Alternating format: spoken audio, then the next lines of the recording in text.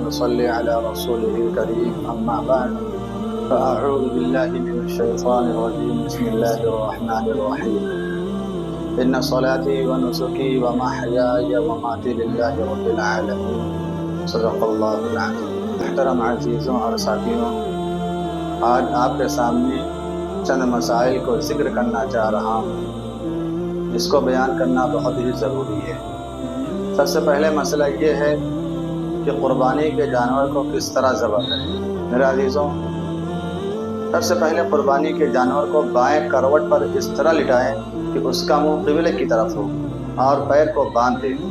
پھر یہ دعا پڑھے: انی وجہت وجہی للذی فطر السماوات والارض حنیفا وما انا من المشرکین لا شریک لہ وبذلک امرت وانا اول المسلمین ان صلاتی ونسکی ومحیای ومماتی للہ رب العالمین لا شریک لہ وبذلک امرت وانا اول المسلمین۔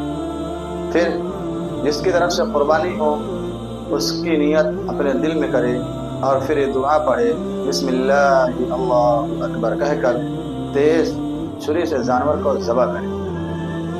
اور اگر یہ دعا یاد نہیں ہے، یعنی وہ دعا جو اس سے پہلے جس کا ذکر ہوا، تو صرف بسم اللہ اللہ اکبر کہہ لینا ہی کیا ہے، کافی ہوگا۔ دوسرا مسئلہ یہ ہے کہ بہتر یہ ہے کہ قربانی کے جانور کو خود اپنے ہاتھ سے ذبح کریں۔ دوسرا مسئلہ یہ ہے کہ بہتر یہ ہے کہ قربانی کے جانور کو خود اپنے ہاتھ سے ذبح کرے۔ اگر ذبح نہیں کر سکتا تو قربانی کے جانور کے سامنے کھڑا ہو جائے۔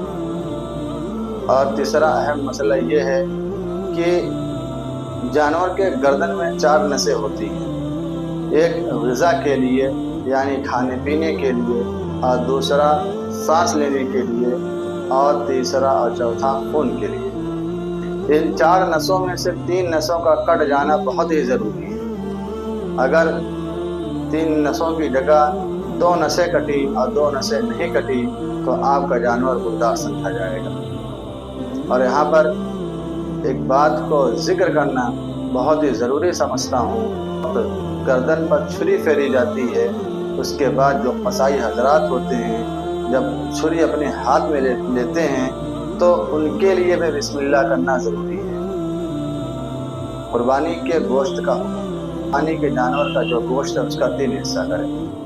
پہلا حصہ اپنے گھر والوں کے لیے رکھیں، اور 1 حصہ غریب اور مسکین کے لیے، اور تیسرا حصہ اپنے رشتہ داروں کے لیے رکھیں۔